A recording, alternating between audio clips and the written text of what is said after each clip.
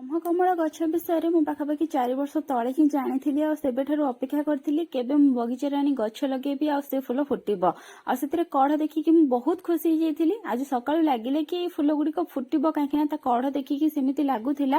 ଯେହେତୁ ପ୍ରଥମ ଥର ଫୁଲ ଫୁଟିବ ତାର ଏକ୍ସାଇଟମେଣ୍ଟ ତ କିଛି ଅଲଗା ଥିଲା, ସେଥିପାଇଁ ଭାବିଲି କି ଗୋଟେ ଭିଡ଼ିଓ କରିନେବି ଆଉ ଆପଣମାନଙ୍କ ସହିତ ସେ ଖୁସି ମଧ୍ୟ ସେୟାର କରିନେବି। ପ୍ରଥମେ 3ଟା ବେଳର କଢ଼ର ଯେଉଁ ଗ୍ରୋଥ ମୁଁ ଆପଣମାନଙ୍କୁ ଦେଖେଇଲି ଆଉ ଇଏ ହେଉଛି ପାଖାପାଖି 6:30 ବେଳର।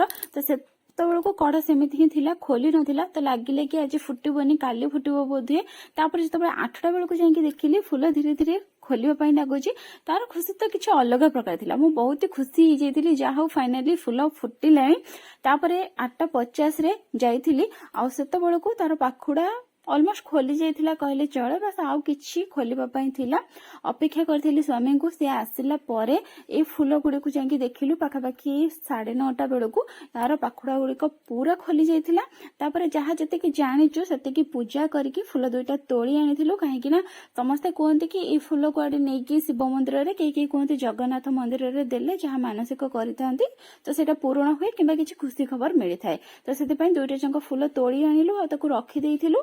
ସକାଳକୁ ନେଇକି ସ୍ୱାମୀ ପାଖରେ ଜଗନ୍ନାଥଙ୍କ ମନ୍ଦିର ଅଛି ଆଉ ସେଇ ମନ୍ଦିର ପରିସର ଭିତରେ ଶିବ ମନ୍ଦିର ବି ଅଛି ଆଉ ପଦ୍ମ ଫୁଲ ଗୋଟେ ଫୁଟିଥିଲା। ତ 3ଟି ଯାକ ନେଇକି ଅଲଗା କିଛି ଫୁଲ ସହିତ ସେ ମନ୍ଦିରରେ ଦେଇ ଆସିଥିଲେ ଆଉ ତା ସହିତ କିଛି ଭିଡ଼ିଓ ମଧ୍ୟ କରିକି ଆଣିଥିଲେ। ତ ସେ ଭିଡ଼ିଓ ତ ମୁଁ ସେୟାର କରିପାରିନି ଆପଣମାନଙ୍କ ସହିତ।